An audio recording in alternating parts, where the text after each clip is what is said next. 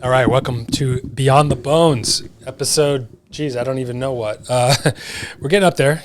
This is like 10, but welcome back to the show.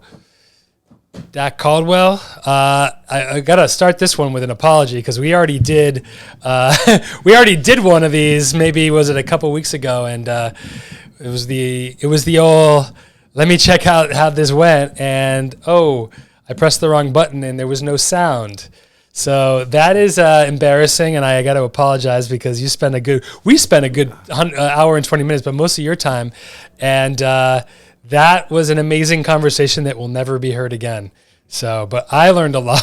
We'll have a better one this time. No, it'll be even better this one. All right, this all one right, will be better.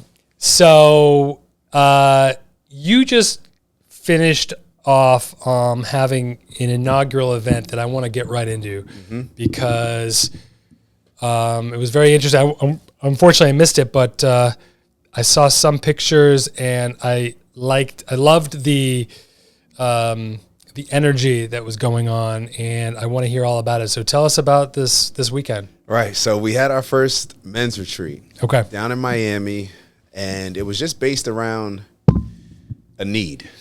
Speaking with a lot of my friends, I know I don't hang out with a lot of my friends. And I think a lot of us men just need that camaraderie. We're missing it.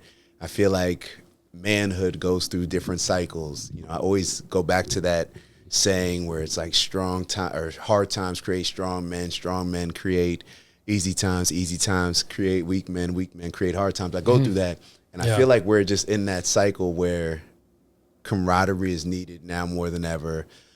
A lot of us don't have a lot of the role models, or not even the role models, but just the fellowship that we need. We feel like we're out here on this island by ourselves, when in reality we have a lot of people that we can lean on, and a lot of people were having the same complaints. We weren't hanging out as much with a lot of my friends just from that standpoint. And then when I would talk to men in various places in life, they would kind of all have the same complaints. So it was just providing a space for us to just get together, have a good time, figure out some things that we can do to improve our health and overall wellness.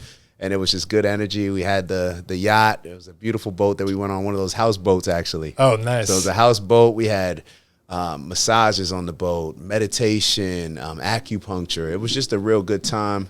Bring some brothers together, enjoy life. Yeah. Did you learn anything? Learned a lot. Learned a lot about, first and foremost, how to put together a program, the things that we would do differently, both before, during, and then right after. But overall, it was a real good experience. A lot of the guys reached out. Now they want to get on board as part of the team doing more of these. So, and you realize that even though you may feel that this may be the biggest takeaway, which I kind of knew before, but it just was a little bit more relevant experiencing it. But even though you may feel like you're out here alone, you're the only person that's going through a particular situation. This is your unique story. A lot of guys are going through it. People are going through it, and I think it helps when you can help people. Like if I'm going through something in this area, but I can help somebody else that's going through something in this area, that kind of helps me. When you're giving, it helps, and then everybody's kind of able to reciprocate that energy. So it was a real good time. That's really important. You're right. I think, especially, this is probably the case for a lot of, I would say probably the majority of men, be it once you get into your 30s, certainly your 40s, maybe you have a family or not, but still everyone's kind of in that peak of life where when I say peak, I mean, I'm talking about you're peaking about in the sort of prime of your work life. Work becomes almost like the predominant thing in this culture, right? And that's a good thing. We're probably doing service for others. We're probably doing a job, hopefully, that means something to the community and things like that. However, it might be taking 95% of your energies, and we don't get enough time to just connect and consult and do the things that bring us back to center and kind of get us kind of feeling whole almost. Right. And it's almost, for me, when I'm not around a lot of people, you can almost lose sight of the bigger picture. and the bigger purpose. It's like you're only focusing on your individual goals. You get caught up in this rat race mentality where it's just me. What do I need to do financially? What do I need to do in these different areas? And you lose focus as far as like the overall just wellness and just contributing to something that's greater than yourself. So for us, it was focusing on, we call it purposeful abundance. You know, pursuing your purpose, maximizing your potential, because there's a lot of things that we can do in life, and everybody's busy, you know, job stuff, other stuff. But when it comes to the purpose, to me, that's the most rewarding thing. And when we're not living in our purpose or working towards something that's not just for the money aspect, but actually to contribute something good to society, to me, that just elevates me just feeling better about life. Yeah. What's up? That's okay. Just go with the two side ones. You sure you want? You can stop it? All good. No. Yeah. It's been having some issues. I think it might be the internet, but we're gonna keep going. Yeah. It says recording still, right? In the middle. Yeah, just avoid it. Just go. We can go back and forth. Yeah, as long as there's cameras that are up. I noticed that before. I don't know if it has to do with our wonderful audio. We'll do wonderful audio. New audio. No audio. You're like, oh my god, here we go again. No, we got it. We got this one. We got this one. I'm good. We'll just stick with the two mains. But one of the components I know we talked about last time you were here, the podcast Never to Be Seen, but we did talk a lot about the wellness aspect of it. And I know that's a solid component of what means a lot to you, certainly means a lot to me in terms of like refocusing our energies on how to be healthy in a lot of different ways. But what did you guys do? All right, so some of the stuff I didn't. We had a couple different. How would I describe it? Herbalist. Okay. We had a couple different herbalists and a couple different. I would describe it as more Eastern medicine. Okay. So we had different components of that. Not everybody took on every experience, but it was very, and not to say we weren't doing anything extreme or anything like that, but it was just when we think about wellness in this world, to me, there's a few components that go into it. It's what we put in our body and then what we do with our body. You know, and then how we're feeling, I guess, you know, our outlook on life. I guess those three areas, and they all impact the other. But when we're looking at society and what we're, I guess, the current culture, it's all things that are aligned with not being healthy. You know, we're not eating the best foods. We're eating so much processed foods. We're not working out, you know, taking care of our bodies. We're not doing meditation. We're not doing breath work. We're not doing all these things that we know are good for our mind, body, soul, like that comprehensive approach to wellness. So it's just an area that we lack in. So that's what we wanted to do. We wanted to get some men together, be vulnerable enough, you know, do some breath work, do some meditation, speak on certain things that you're going through, maybe in your relationship or your personal life that you may not really feel comfortable exposing a lot of those things. Yeah. So we had some shaman type of individuals there as well. And we were working with a very good group down there that they kind of incorporate a comprehensive approach to the wellness where they'll have, you know, you go get your massage. But, you know, normally when I'm going to get a massage, I'm not meditating before. I'm not doing breath work. I'm not talking to the people about how I'm feeling, what I've been eating, what are my traumas, all these type of things. So, and then you add the acupuncture component to it and of course the sun, all these different things, you know, just being down there in that sun, everything played a role. And it was just a very high energy, positive experience for everybody. So that's what was the biggest takeaway for me. Yeah.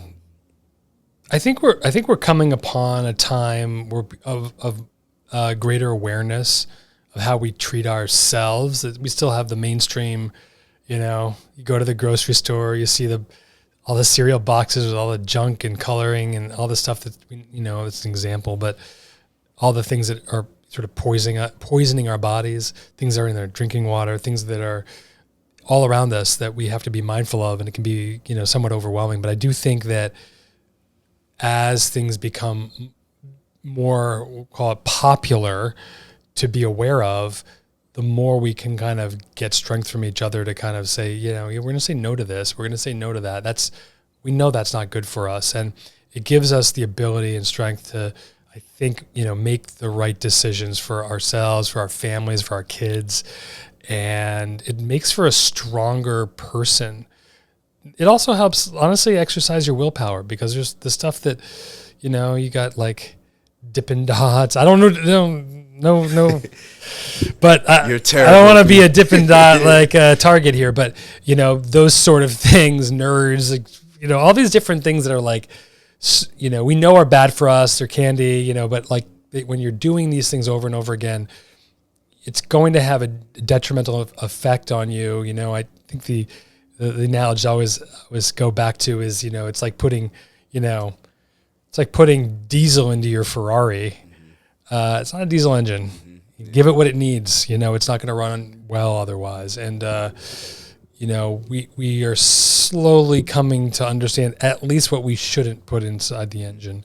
Right. I think that's becoming more, ironically, it's just recently we're becoming more aware of things like that. In popular culture, literally, as I think like RFK is like getting sworn in as the yeah, he's going through it today. Well, we'll see. Yeah, we'll see how that comes. But one of the things, I think what you will of him, I think that what he has done is brought a lot of him and some of the people that have been around him have brought some good awareness about what's making us unhealthy, and I think that's an important thing that we all kind of collectively and in groups, when we get together, it's a meaningful conversation. Mm-hmm. Hey, what are you doing? How have you changed the things that you've consumed food wise? What are you doing to get better sleep? And it's tough. When we look at the, not to say like in a capitalist society, but whatever, you know what I mean? When you have a society that is built on the exchange of money, and you look at the most powerful people in the country, and they benefit from us not being healthy. They benefit from us having these problems, so then they can come in with a pharmaceutical solution and say, here's this particular medicine, not to mention any names, but here's this medicine, you can lose this weight. It's always, it's, I really feel like a lot of the powers that be in our country, they benefit from us either being ignorant, scared, and out of shape. Mm-hmm. So when you have that, it's like even more on us. And that's why I'm thankful for a guy like RFK Jr., because a lot of times if you just leave it up to the average person, look at our overall health. Look at the health of the average person. What does the average person in America look like? If we were to close our eyes and say, what does the average American look like? It would not be a picture of health.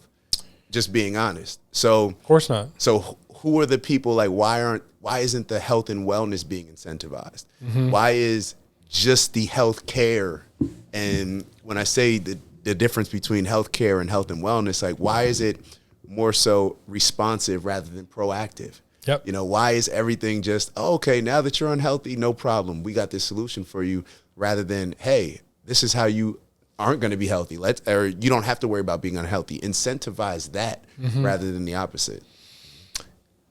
I've been talking about this for many years.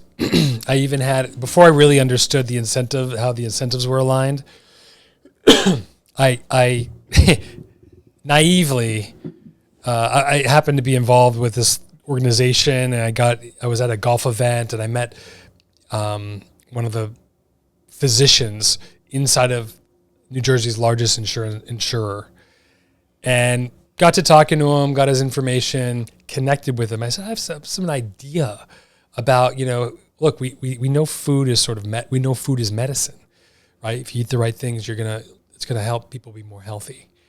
And I was like, well, is there some way we can incentivize, maybe even as a pilot program in neighborhoods we know are maybe food deserts or places where, health isn't being prioritized. Maybe we can prioritize or incentivize people, lower the cost of what we might say is like natural whole foods, and see if that can change the health outcomes, right? The true population health, not health care.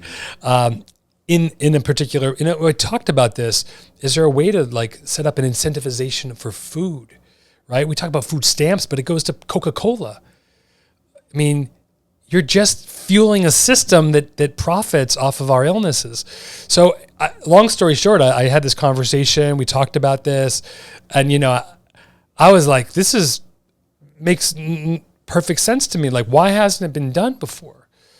And you can guess, how far that went. That was makes too much sense. That was like the first and last phone call right. that we had in correspondence over this thing, because it's just not in the the system's not incentivized. The insurance companies are there to provide reimbursements for health care, not health, right?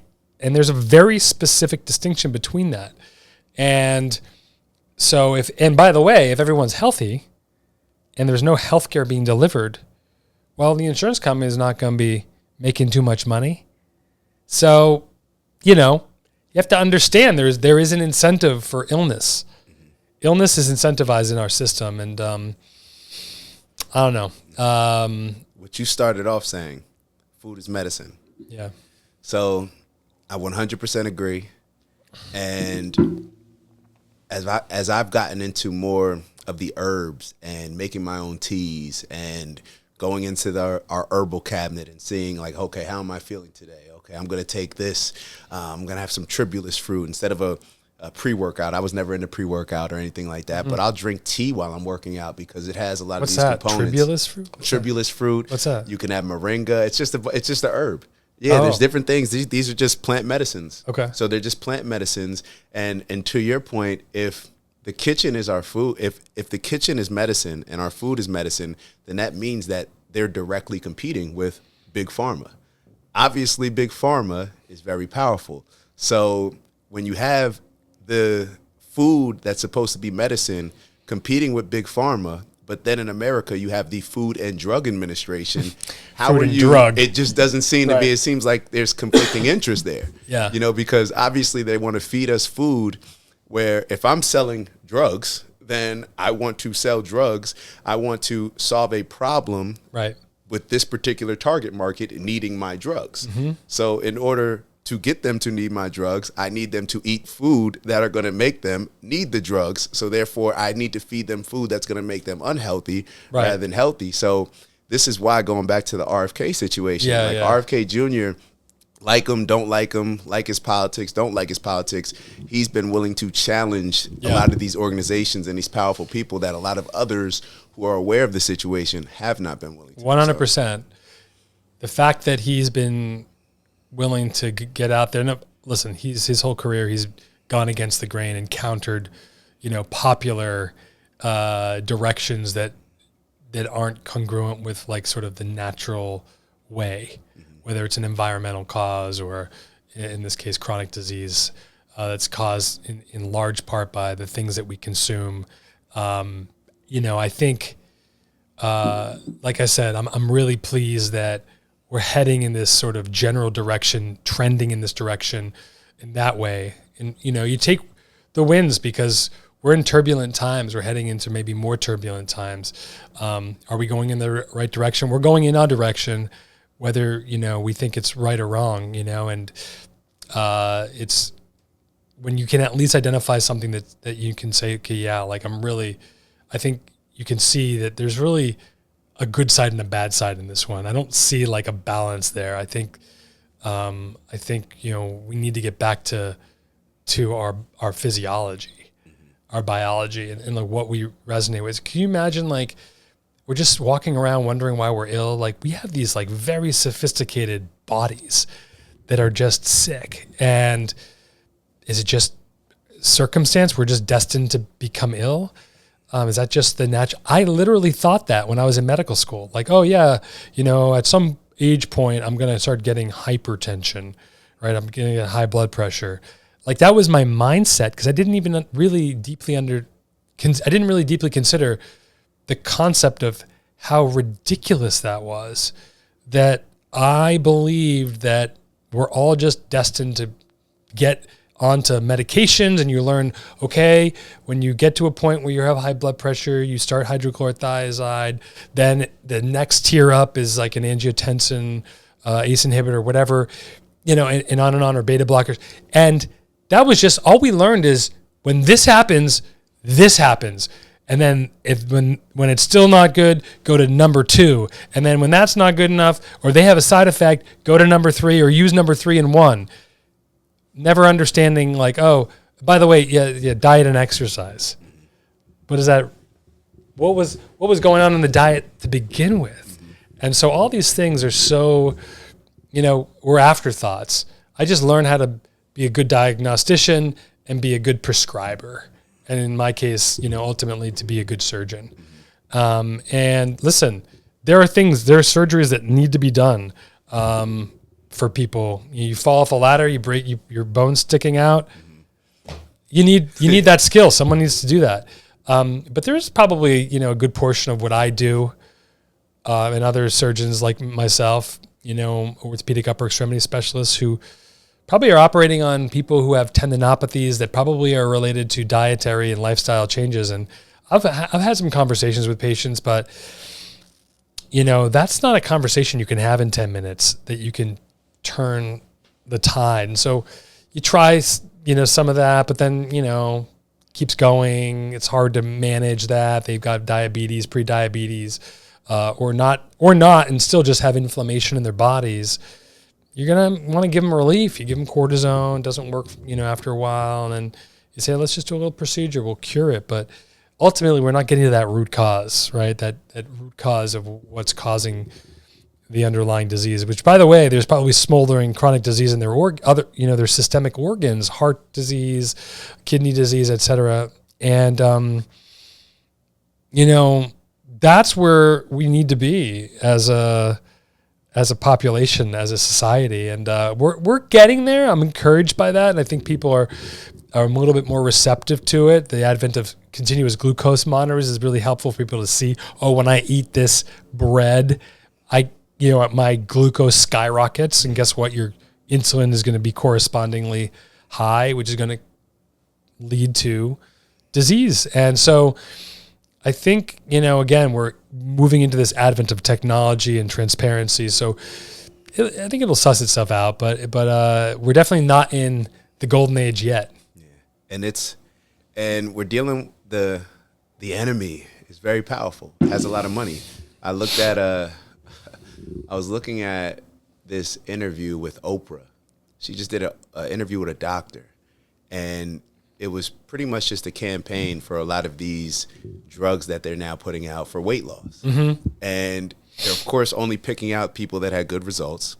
And the doctor made a comment and said that people think, and she's talking to Oprah, trying to make Oprah feel good about, it's not your fault, Oprah. People feel like our weight is in our control, and it's not. Is this Fatima Cody? It's in our brain's control. Was Dr. Cody? Fatima Cody? No. Yeah, I think her name was Anna. I can give you her name. I forget exactly what it was, but here's a doctor and one of the most influential people in the world giving people an excuse, saying that your weight is not in your control. It's in your brain's control. Well, isn't that your control? And going back to connecting the point as far as food being medicine, just like some medicines we can look at as medicine, other medicine we can look at as drugs, however you want to look at it. There's certain foods that are good, and there's certain foods that are obviously terrible for us. So some of the foods that we're eating, we should look at that.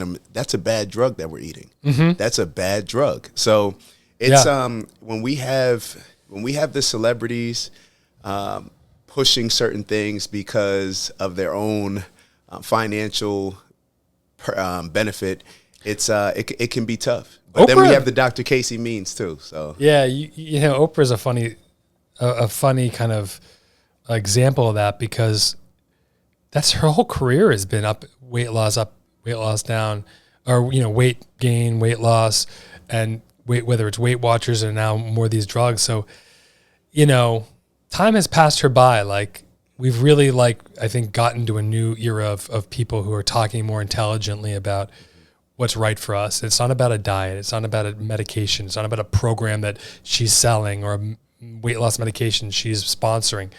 Like, she's the ultimate example of profiteering. Even though she's had her own struggles, she's profiteered off of, saying, well, I'm having my own struggles, but I'm gonna profit off of it, and because I know other people are sharing these, so let me make money on it. And it's like, in some ways, you're like, okay, I'm glad she's trying to push these things. However, clearly that hasn't changed the needle in society, right? We've only gotten more unhealthy. So we are seeing, the Casey mean, some of these, other, and I think a lot of the they call them like bro podcasters and stuff, whether it's Joe Rogan or, those kind of guys, Huberman. But, listen, they're guys sitting down having long form conversations with experts and people that have interest in finding truths or getting closer to truths that we've maybe ignored in the past. So I'm all for it. Listen, let everyone have a conversation. You might learn something, and it might change the way you approach things and may make you try this. Doesn't work for you. Oh, it really does work for you or your family. So, I don't see any problem with that at all. And anyone telling you don't listen to this, don't listen to that, science is settled. Science is an ever evolving thing. I mean, how many things have in our scientific medical literature have been lock solid? This is gold standard. And then the study comes out, 5 or 10 years later being like, oh, that's all not true. And we've all been through that as doctors. Stuff we learned in medical school has completely been debunked. So we have to have these conversations. It's very important. It's very important to have all these different podcasts and platforms to have these conversations, because we're all like seeing and experiencing different things. So, we're all so powerful when we can just kind of collaborate on information. To your point, 2020. Look at all the stuff that was being put out. I remember losing friends based on my viewpoint on the vaccine. Just based on it, I remember it was called a conspiracy theory, saying that it's a lab leak. Now everybody's saying, like, the government agencies are now saying it probably was a lab leak. All these things come out, and it's to your point as far as being able to have a conversation. And what we do is we'll say, oh, RFK, he's a loony. And we'll bring up one situation where he probably did something weird and then discount everything else that he's saying, instead of actually diving into what he's saying and saying, like, okay, what about what he's saying here is wrong? Let's talk about it. Let's actually have a deeper conversation about it. You look at 2020, and I remember they were saying that, well, this is going to impact the black communities, these impoverished communities, more than a lot of these other areas, because the people are unhealthy. So you'll shine a light on the impoverished communities being unhealthy when you're trying to sell them a vaccine. Right. But when you're not trying to sell them a vaccine, are you still trying to address the food droughts? Are you still trying to address that the food that is being put in their supermarkets is totally different? To your point with RFK Jr., he had, when he was an environmental attorney, he was fighting for the water. There was water in New York City where the water was it was like the good water was being sent to the affluent communities, and then there was toxic water being sent to the impoverished communities. So that's why I get behind a guy like RFK Jr. All of these other people, they seem to just talk about it when it's convenient or it's pushing their political agenda, but it's not a true care for the community, because if that care was for the community, you would address the actual needs when it's not just something that you can benefit from and take advantage from, like an Oprah. Yeah. RFK, again, he's kind of gone out there and tried to dive to a deeper truth in a lot of ways, in a lot of what he's done. I mean, you're right. That brings up a good point about these sort of puritanical tests we try to put people, humans who are flawed individuals who still can do a job and do it and have expertise that we could benefit from and have some, at least some bearing in terms of like their subject matter. And listen, I mean, we want, I think we should probably try to all aspire to be the best we can, right? And we all fall short in different ways. But I do think it's ironic in this day and age of transparency and understanding how corrupted our politicians have become and how many donations they've accepted from all these pharmaceutical industries. And then you have them on a dais looking at RFK saying, how dare you challenge science? Meanwhile, you've accepted $1 million from, the healthcare insurance industry and the pharma industry. And so, how dare you stand up there? I mean, we have to have process, no question, but it's a kabuki theater. It's not valid, I think, anymore to kind of throw those types of stones. I think it's important to challenge people and have them respond, but the way that they're doing it, pretending like they're puritanical and you're, just filth, how dare you, it's kind of funny, because especially politicians, I don't know how they should do it, but the way they're doing it, I think is hilarious because they're sitting there as corrupt and compromised as can be, throwing, just red meat from what they think is their base. Oh, he interrogated RFK, good, but meanwhile you're just on a team, you're all wearing a hat. So you're just a fan at this point. And, maybe challenge something like legitimate. Maybe he did something that wasn't right and you should ask him about that. Like something that's going to have some relevance. I don't know. It's just, whether it's him or others, it's hard because look, you can't idolize anyone. And if you're waiting for the perfect person to take a job, elected, appointed position, you're going to be waiting around for a long, long time. I mean, certainly there's probably certain things that are non-starters, definitely, but there's a lot of flawed characters out there. You see this with, all the Supreme Court justices when they come up and they dredge up their, high school histories and stuff. It's tough, but there needs to be room for growth in humans and understand the good that they've brought forth and the quality and the good qualities. I think. Right. I mean, we have to just judge people. As long as they've been, living, trying to make corrections in their lives. Mm-hmm. Why? And that's sort of the anti-cancel culture, I think, that we've been experiencing. Right. I think it's an elitist mentality because elites they want power so much. And the easiest way for them to get power in a lot of ways is to just stand on this platform, sit on this high horse as if, this is what you should be doing, do it. And they're not realizing that, or maybe they are realizing it now, but this generation is not our parents' generation, and it's not our grandparents' generation. We don't look at professionals, politicians, doctors across the board the same way that our parents used to and our grandparents. We have access to information. We can look this stuff up. I'm sure you deal with it where you probably have a bunch of, maybe half of your patients that come in, they all think they're orthopedic experts because they already YouTube, Googled what they're going. So there's certain cons to it, but there's a lot of pros where it opens the door for us to just not believe everything that's told to us. Mm-hmm. I think there should be a certain level of responsibility on us as individuals to figure out what's healthy for us, not just to buy into what this person said. Oh, they said it on the news. MSNBC said it. Fox said it. No, it's not. Just because they said it doesn't mean that it's true, and doesn't mean that you should get behind it from a point where you're rooting for it like a team, like you said, as a fan. Yes. Don't become a fanatic.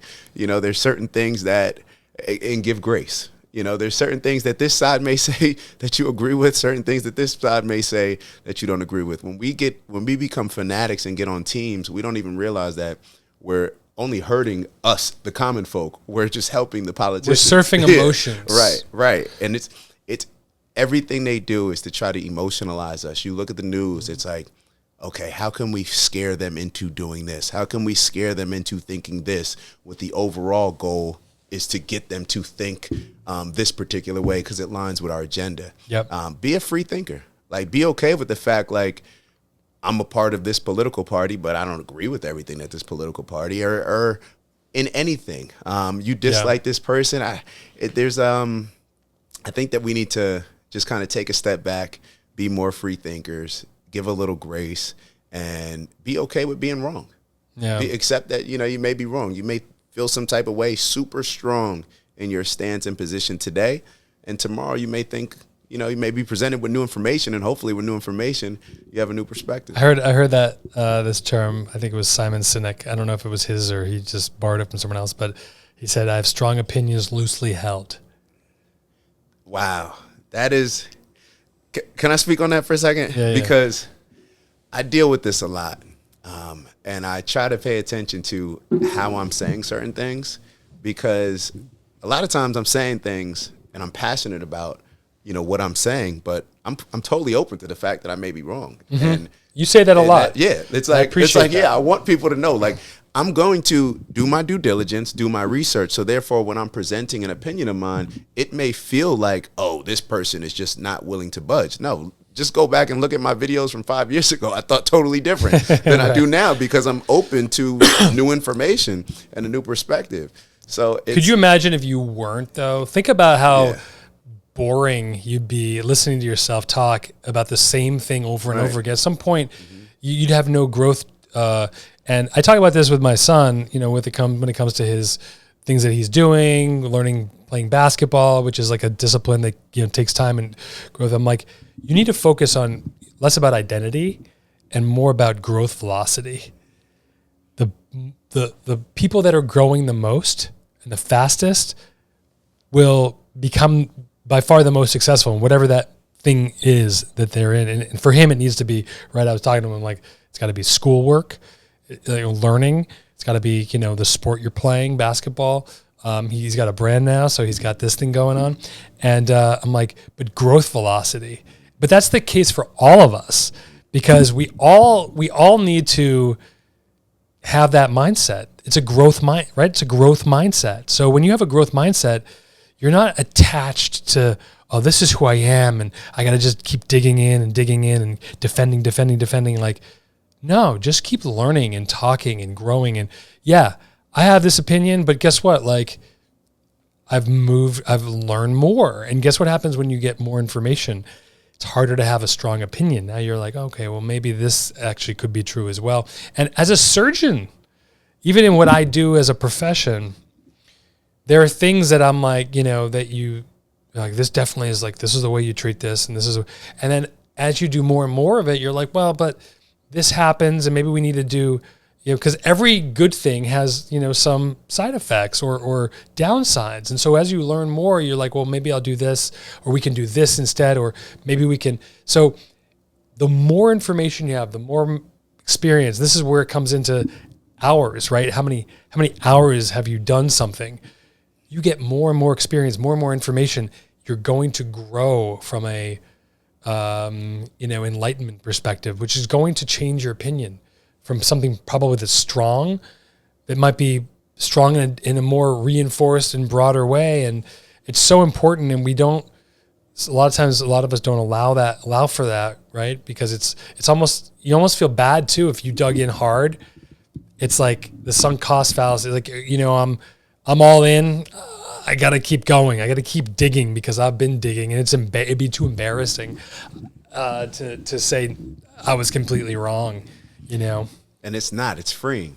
Like, we have a segment that we now have on the show, and it's called Dumb-ish, that I got wrong the other day. And it's like, I want to, because for me, I take it as a responsibility. If I'm sharing information, like I said, I'm going to, and I kind of want to elaborate on this point in a different way, but if I'm sharing information, it's important for me to make sure that I'm telling you the right information. I don't want you going off saying something that I misrepresented, maybe heard it wrong, did a little bit more, heard more perspective. So I'm going to present that, to people.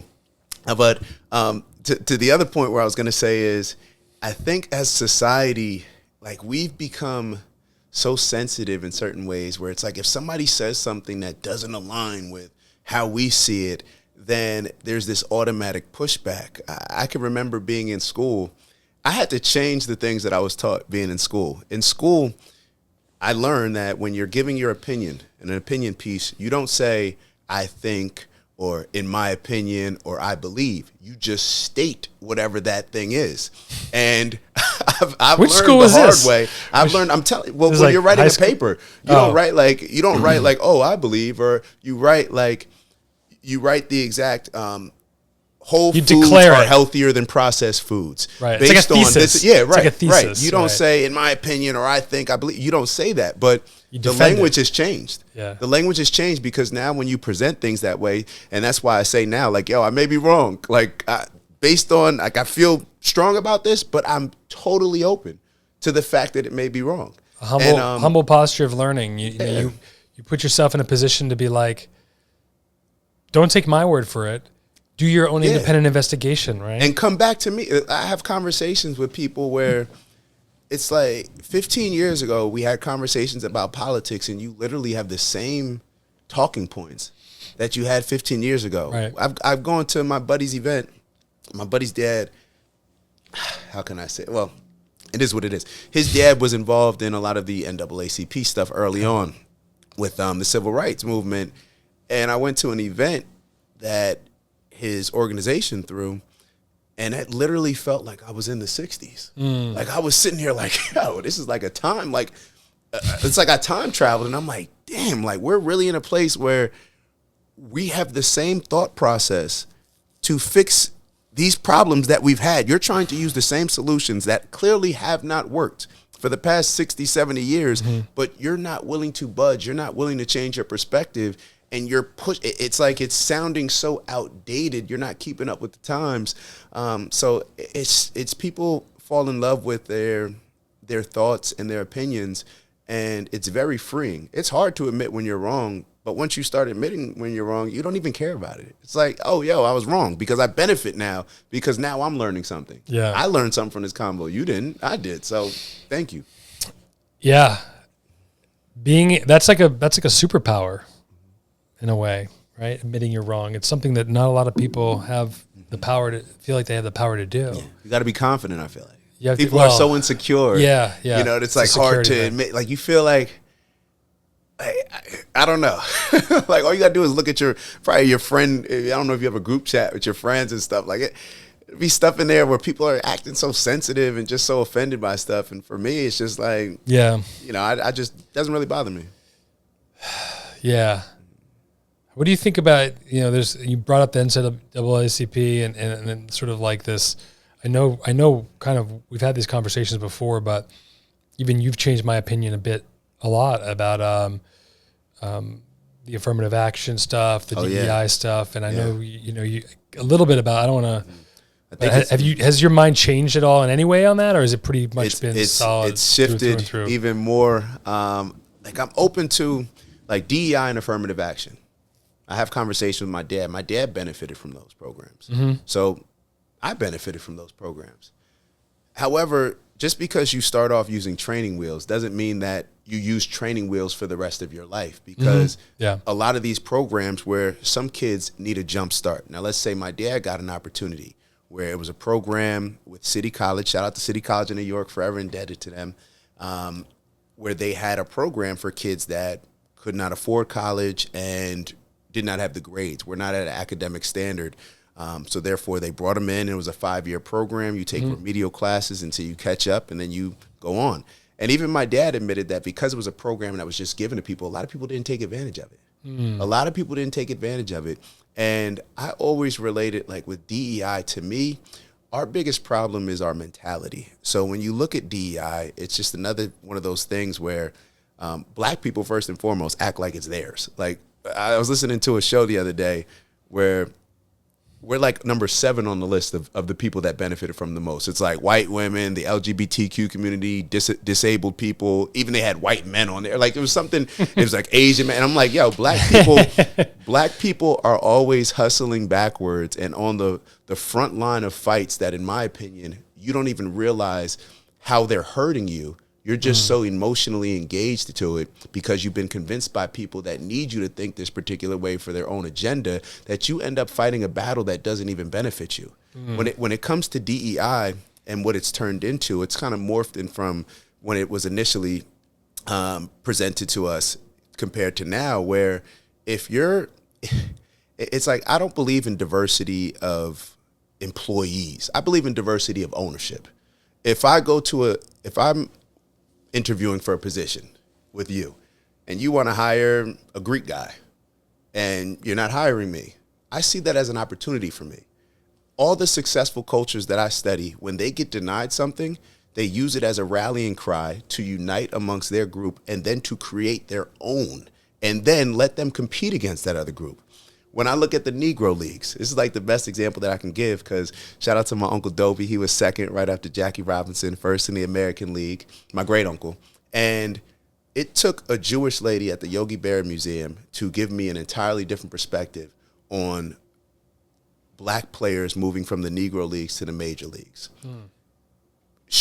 We were walking through the exhibit, and she said, well, yeah, after I'm like excited seeing my uncle's stuff, seeing a bunch of people's, that I recognized, and I'm sitting there, and she hits me with this shocker. Like, it still kind of gives me a little goosebumps. And she's like, well, you know that they destroyed a whole bunch of black businesses. And I was like, wait, what?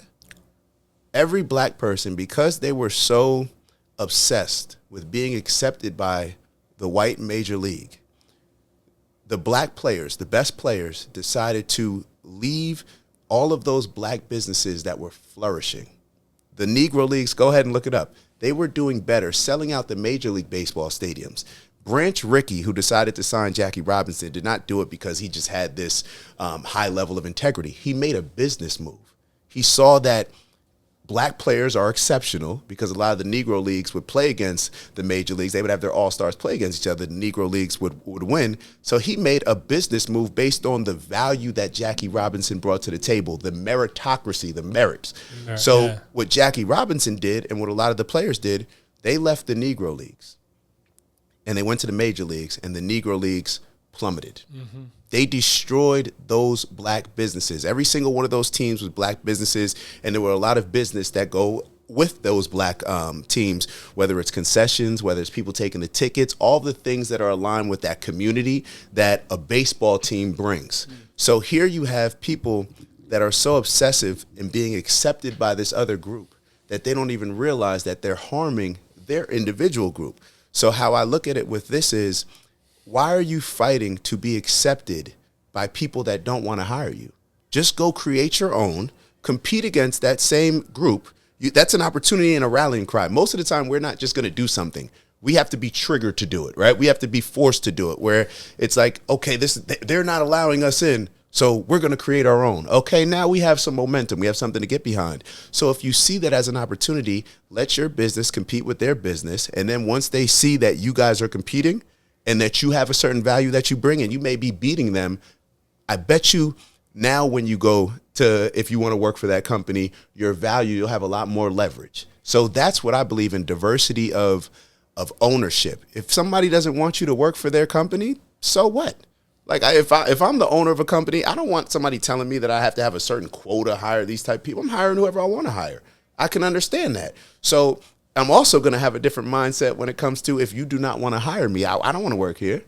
I don't want you giving me any position because of I'm black, because it's just not ultimately going to help me. Do you think, because you said, your father benefited from the City College of New York program, and that those programs were really helpful at a particular time and place. Do you feel like we're at a time and place now later on where we don't need them, and that people have the capacity to not face the same barriers that your dad did? We have more opportunity. If you listen to a lot of the liberal politicians, they'll convince us black folk that we're still in chains and shackles, and that Trump wins, so we're getting ready to be enslaved and all the opportunities are going to be taken away from us. When in reality, could you imagine if somebody was 5 years removed from slavery sitting next to me right now, how they would be looking at me? And they would be looking at me the same way that black people around the world look at black Americans. You're lazy. You're entitled. You don't take advantage of the opportunities that you have. And a lot of the reasons why we don't is because we've been manipulated and bamboozled by people that need to convince us that we're victims, because they need us to think that the only way that we'll have a chance at success is if we vote for this person. So they need to convince us of that. So we're spending all this time. We have an oppressive and a victimhood mindset. So if that same person who was 5 years removed from slavery and they woke up just so happy to have an opportunity to read, I bet you that, look at the reading levels in Chicago, in Baltimore. Why can nobody read? We're just going to blame the teachers? No. What about the households? Mm-hmm. You should learn how to read, but because it's something that wasn't taken from you, you don't cherish it. You don't see it as an opportunity. So if more of us had the mindset of a person that was 5 years removed from slavery, or maybe 5 years removed from Jim Crow, all these time periods where things were actually difficult for us, then we would become more successful. But now we look at opportunities. We spend so much time trying to level the playing field or whatever. I don't even know what that means. Don't you? But it's interesting you say that, because you've been saying this for a while, which is for probably ever since we met, and it makes sense. And I think now this past election, you saw a lot of black men getting behind sort of the Trump cause more than it was like surprising. And do you feel like, because it seems like there's a lot of what you're talking about is being talked about kind of at a high, more around other people, other black men who are kind of saying the same thing. And do you feel like that's become a more popular mantra or not? Or is it just sort of being co-opted by a different type of politician? I see more people. I see more videos of black men that are more open to Trump or supporting Trump. I think it's more of a generational thing. But it's not even it's not even a political thing. It's being, politicians love to co-opt thought positions.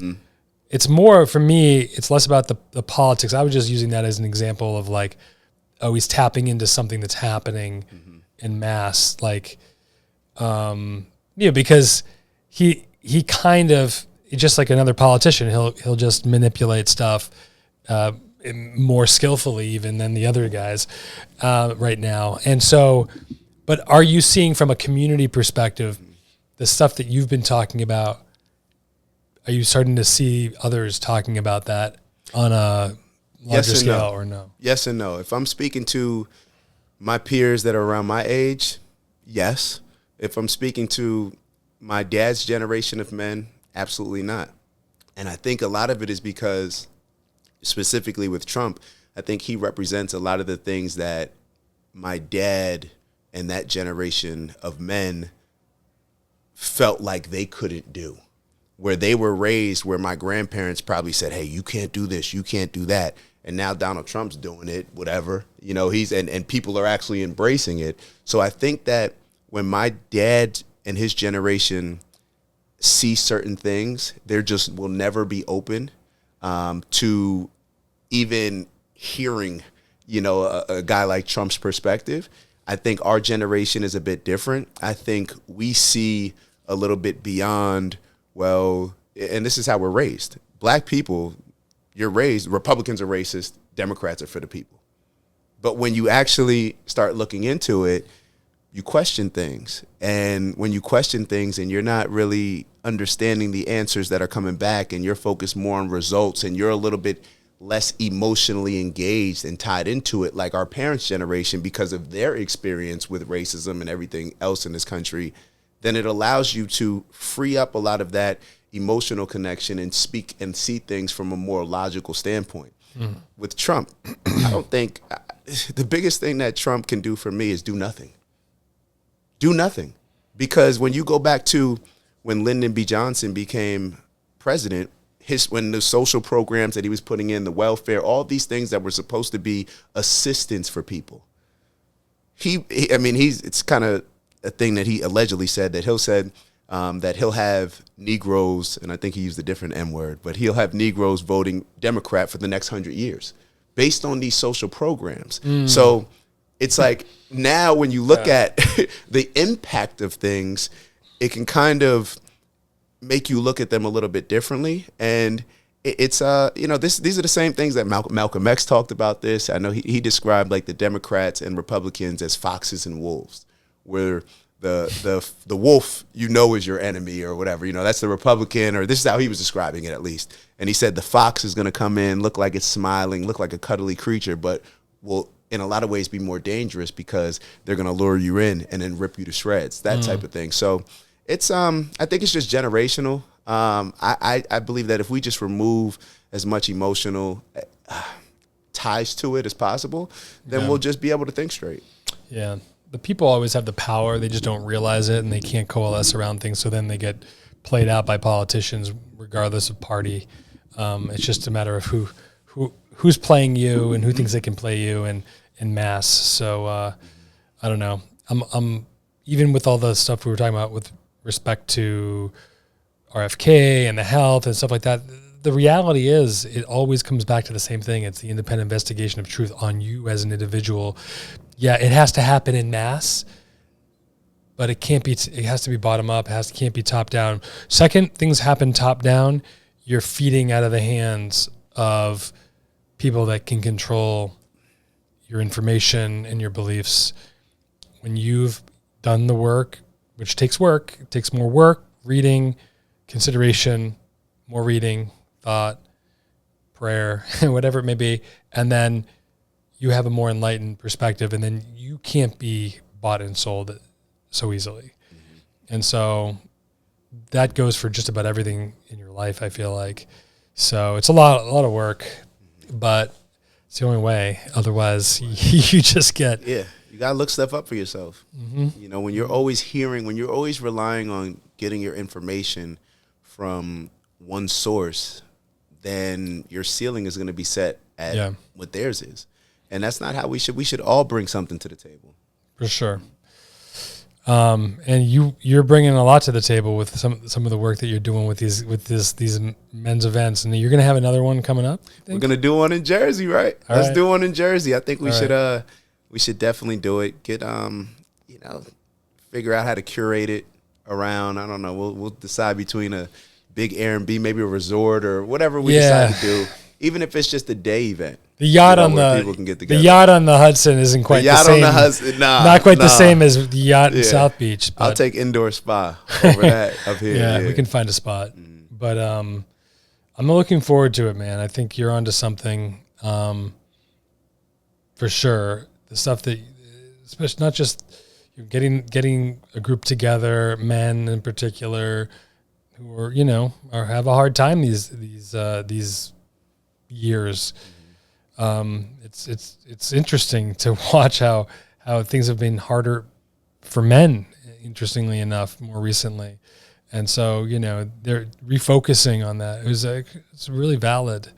And kind of identifying with things that are kind of going uncovered under the radar, unspoken, and kind of accumulating in terms of stressors, and that could lead to things like depression, anxiety, stuff like that. It's really important to connect, and it's really very a noble initiative that you put together, because it takes work. I know how much work it takes to put things together, make things the right way, the way you envision it, and so congrats on your inaugural one. That's really cool. Thank you for awesome. That. So looking forward to joining you guys when you're up here, and I got to get down to the one in South Beach. That's the real. Yeah, and for everybody, like, they're going to be different themes, co-ed themes, couples, whatever. We're going to have a lot of different options. It's really about just building community. It's just building community. So we'll be having traveling groups, whatever we decide. It's just kind of, let's just align a certain aspect of wellness with it all. Yeah, that's it. Well, congrats and thanks again for doing an encore pod. No, appreciate it. Good, no. Always appreciate you giving me the mic and asking me some questions. We gotta get back. We gotta get back on a regular schedule. We got a lot. We got a lot to talk about. Yeah. It just starts to accumulate, so we gotta just keep flushing the pipes. It's good, man. Thanks. Appreciate you. All right, big bro. Appreciate it, brother.